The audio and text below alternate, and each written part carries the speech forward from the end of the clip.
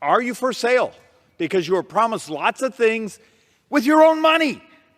So here's the reality. We're going to borrow the money, or we're going to raise the taxes. I'm going to show you the tax calculations are a complete fraud.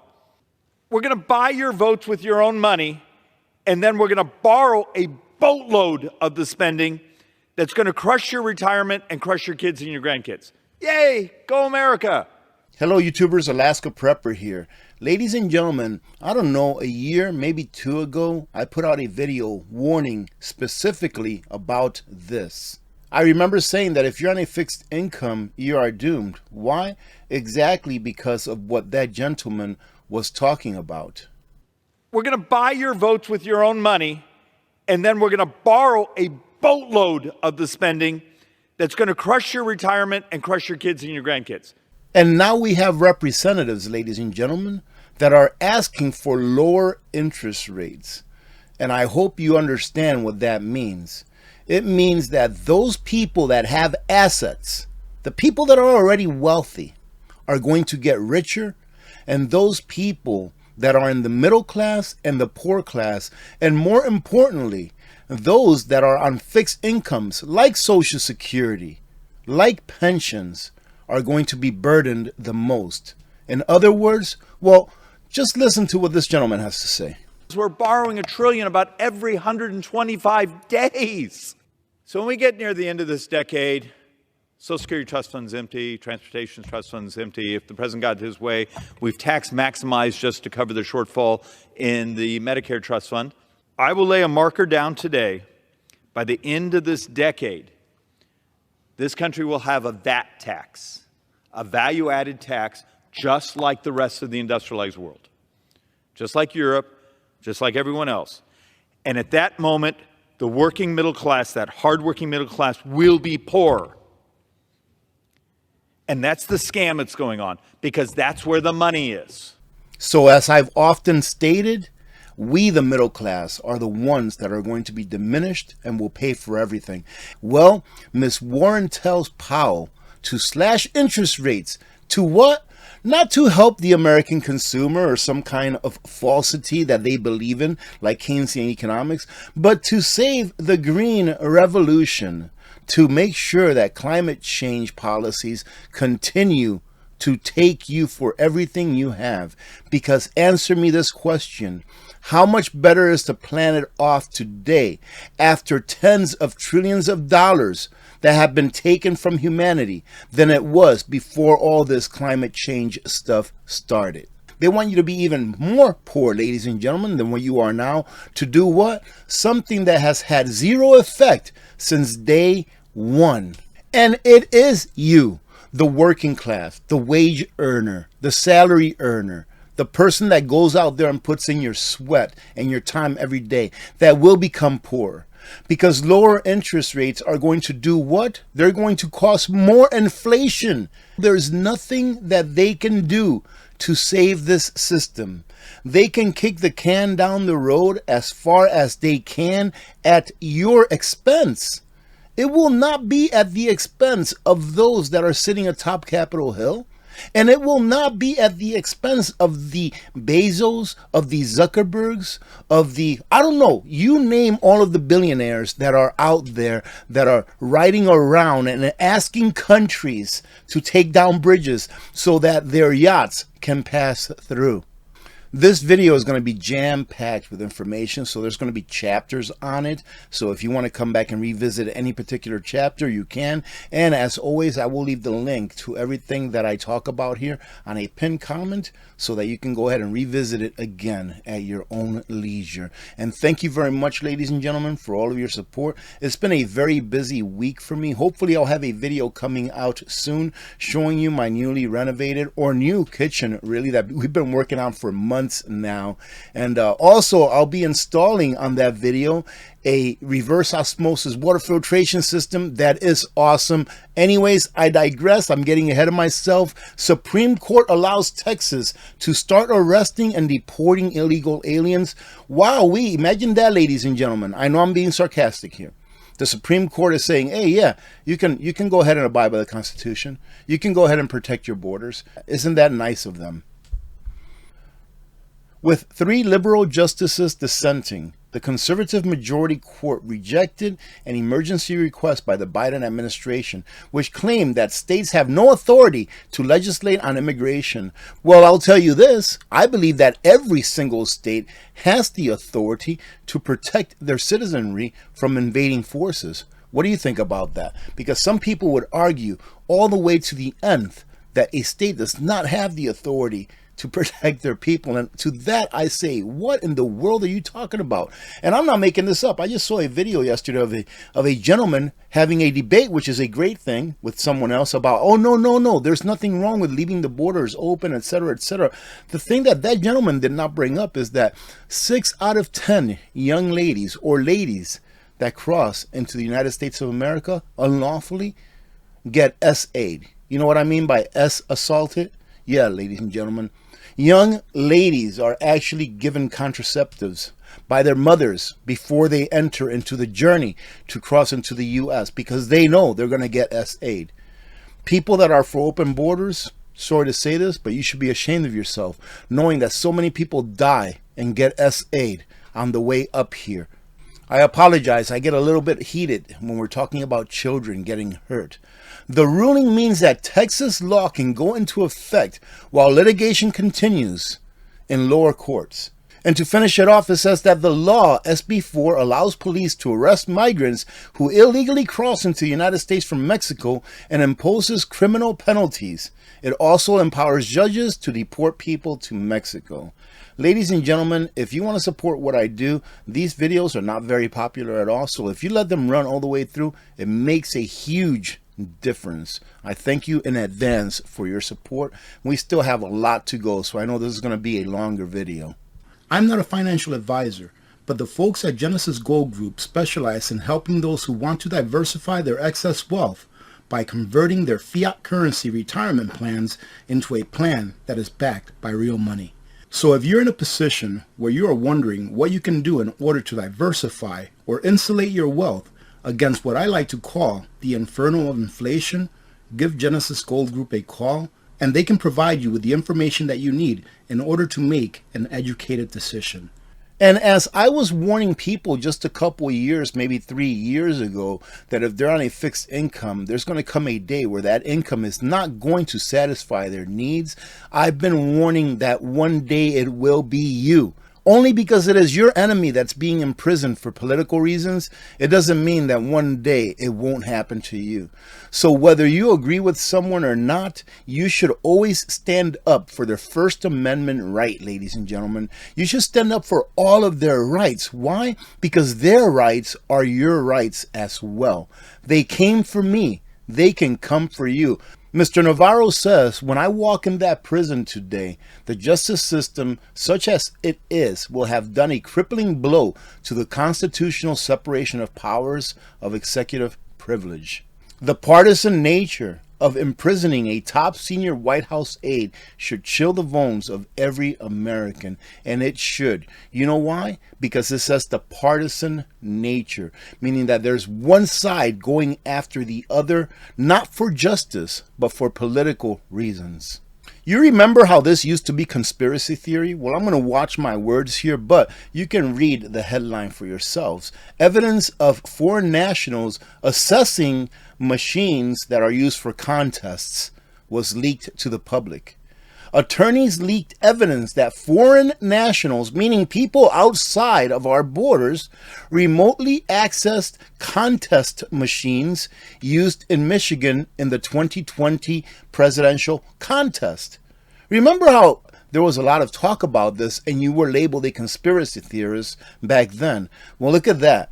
All of a sudden, it's not anymore. And one of the reasons, ladies and gentlemen, when I say that we are over the edge, or this is the point of no return, is because there is a group of people in the United States that it doesn't matter how much evidence you put in front of them. They will never believe the evidence, no matter how true it is.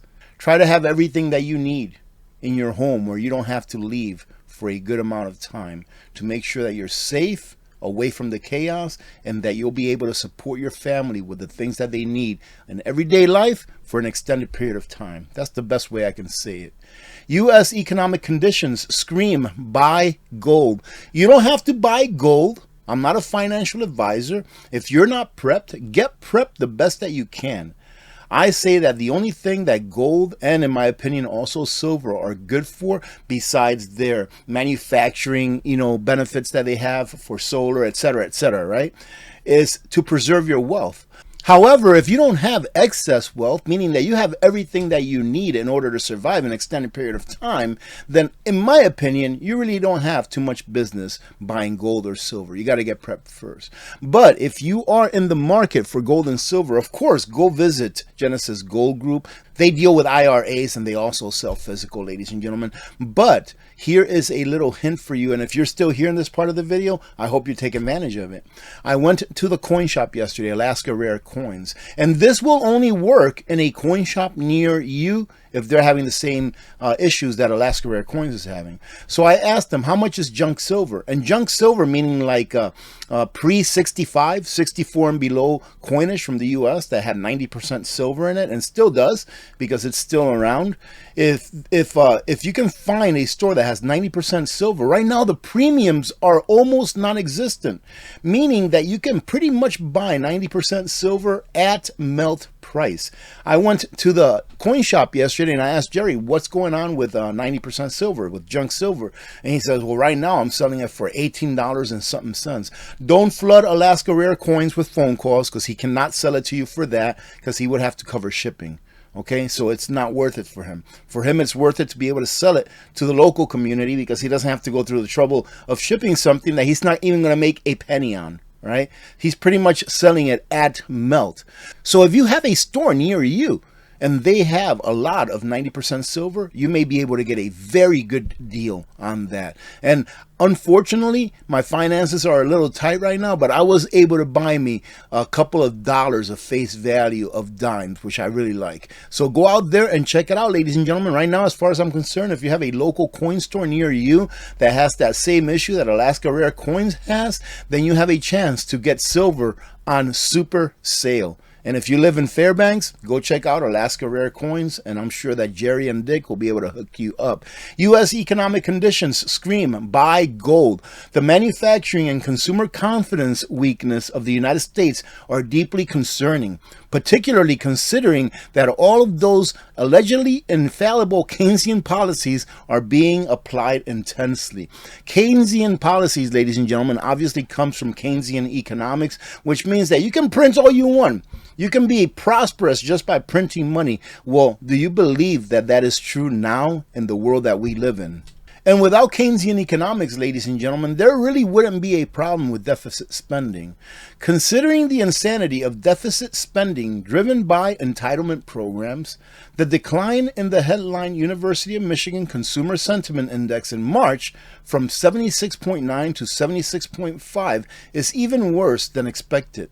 Let us remember that this index was about 101 in 2019 and has not recovered the brief bounce shown by the reopening effect in March of 2021. And they say, no, this is not a strong economy. It doesn't matter what the stock market says. The stock market does not pretty much give you a picture of what the economy is like. The Consumer Confidence Index, labor participation, and unemployment to population ratios, as well as real wage growth, remain significantly below the pre-pandemic levels. And this after $6.3 trillion in new public debt, ladies and gentlemen, that will likely reach $8 trillion by the end of 2024. The shape of the U.S. economy also reflects the impossibility of the soft landing narrative. And to finish this one off, demand-side policies and Keynesian experiments are leaving a once strong economy on the same path as the Eurozone, stagflation. A warning sign should be the fact that the increase in public debt completely justifies the gross domestic product recovery. What does that mean? That without the government printing money out of thin air or borrowing money, that our economy would not be as robust as they say that it is. Late last night, I noticed that gold hit an all-time high again, and I thought I'd share with you. And check this out, ladies and gentlemen. It peaked out at $2,223. And is that big of a deal? Not really, because gold is doing exactly what it's supposed to do, and that is to preserve your purchasing power. And for those of you that are wondering, silver hit a top here of $25.78. That's not an all-time high, but it was a top that it hit late last night, very early this morning. I thought this was pretty interesting. These will be the jobs most impacted by AI. My daughter and I were having a conversation. Oh, by the way, I want to say congratulations to my daughter. My daughter was accepted into like a 5-week program downstate this summer for advanced mathematics. So she had to take an entry test and write an essay and all of these things. And she's very excited, and so am I. I'm like, that is awesome. And she doesn't have to do great in everything except for those subject matters, but she actually does great in everything. So congratulations, mommy. So we were talking about, what do you want to do after high school, right? And I'm actually not a big advocate for college, right? But there are some jobs where you need to go to college for if you want to make a living in those jobs, right? And anyways, we start talking about a few things like engineering, this or that. And I tell her, I says, have you taken into consideration a couple of things? And I said, number one, your return on investment. How much is your degree going to cost you, and how long will it take after you start working so that you can repay yourself back all the money that it cost you to earn that degree? And that's one thing you have to consider, right? And I also said, you also have to consider, is your job still going to be there when you graduate because of AI? Because AI will be taking away a lot of jobs. And here we go. These jobs will be most impacted by AI. And they start with IT, which only makes sense. Finance, customer sales, operations, HR, marketing, legal, supply chain. I also think, well, they said finance. I think that's like tax preparers, CPA, stuff like that. So there you go, ladies and gentlemen. Talk to your children about these things. Make sure they understand, what is return on investment? You know, if I go to college, is it really for free if I borrow the money and then hope that the government will pay off my student loan debts? Make sure they understand all of these things before they get themselves into a predicament that will take them decades to get out of, i.e., student loans. And ladies and gentlemen, I'm not trying to pat myself on the back, but if I remember that I talked about this a while back, I'm going to talk about it again. This is something that I talked about a while back as well. It's going to be one of the things that happens when inflation starts going up and when the price of things start going up because of inflation, and it's skimpflation. Now, I didn't have that name for it when I talked about it, but let me tell you pretty much what I said when I did. I said that one of the symptoms of inflation, meaning that the price of things go up, will be shrinkflation, which of course, shrinkflation is the price of something going up, but not necessarily nominally the price on the package. It's just that you're paying the same for less of a product. That's shrinkflation. Here they're calling this skimpflation. Now, at the time that I talked about this, I didn't know there was a name for it. But I said what they're also going to start doing once people start figuring out shrinkflation is that they're going to sell you the same product, but it's going to have much cheaper ingredients in them. Another aspect of life that takes a hit is the quality of a diet and the ability of families to feed themselves. They're talking about skimpflation. Most people are familiar with the concept of shrinkflation, the habit of companies to shrink portion sizes while keeping their packaging and prices the same in order to offset inflation and production costs without consumers noticing. However, skimpflation is another way in which companies will attempt to avoid raising prices on the shelf, and that is by lowering the quality of ingredients, along with encouraging the public to eat less nutritious and less expensive produced foods. Ladies and gentlemen, this is what's been happening here for a long time. Now they're just telling you that they're doing it and they're going to ramp it up. Another story for you. I hope that you like my stories. If you don't, I'm sorry, just skip ahead to the next chapter. I saw a video, this was a while back, of a young lady that I believe she went to Costa Rica to visit family for like a 2-week vacation, and she was from New York City. And she said that when she went to Costa Rica that she ate whatever she wanted, as much as she wanted. She was on vacation, right? You know what I mean? You're going to be free on vacation. That's what it's for. And she just pigged out the entire 2 weeks that she was there. She came back to the U.S. to go back to work and just start living her life as normal. And she noticed after her vacation that she had lost weight. And she was baffled. She was like, how in the world did I lose weight? I was eating everything and anything that I wanted. Once she got back, she went back to eating, regular meals, not pigging out, in other words, and being very careful with what she ate, eating what was a standard American diet, and going to the gym and all that kind of stuff. She gained weight. And then she put two and two together, and it's that the foods that we eat here, I'm not talking about all foods, but a lot of the prepackaged and processed foods that we eat here in the United States, even some of those foods that just come right from the farm because they have so much pesticides and stuff like that, they keep a lot of water inside of your body because your body inflames itself when it tries to fight off infection. So she was like, I came back and I did all the right things. I ate all of the good foods. I went to the gym and I still gained weight after a couple of weeks. And that's not hard to believe, ladies and gentlemen. I mean, look at this food period that we have here. And I know this is just like satire. Antidepressants, soy milk, bugs, seed oils, microplastics. In a way, it kind of like is our food pyramid now, because all of these things are pretty much incorporated into our food and water systems in one way or another, whether you know it or not. I hope you got something out of this. Man, it was really nice getting back on the saddle. I haven't done anything here in the bunker for the last couple of days. Been busy again working on the plumbing. Today I'll be working on the electrical, etc., etc. However, I hope that you have a great rest of your day. If you're still here, thank you very much. I truly do appreciate all of your support. Tomorrow we will be having a live stream, and it's going to be at 4 p.m. Alaska time, 8 p.m. Eastern time. So hope to see you there. God bless every one of you. God bless America. I'm Alaska Prepper. I'm out.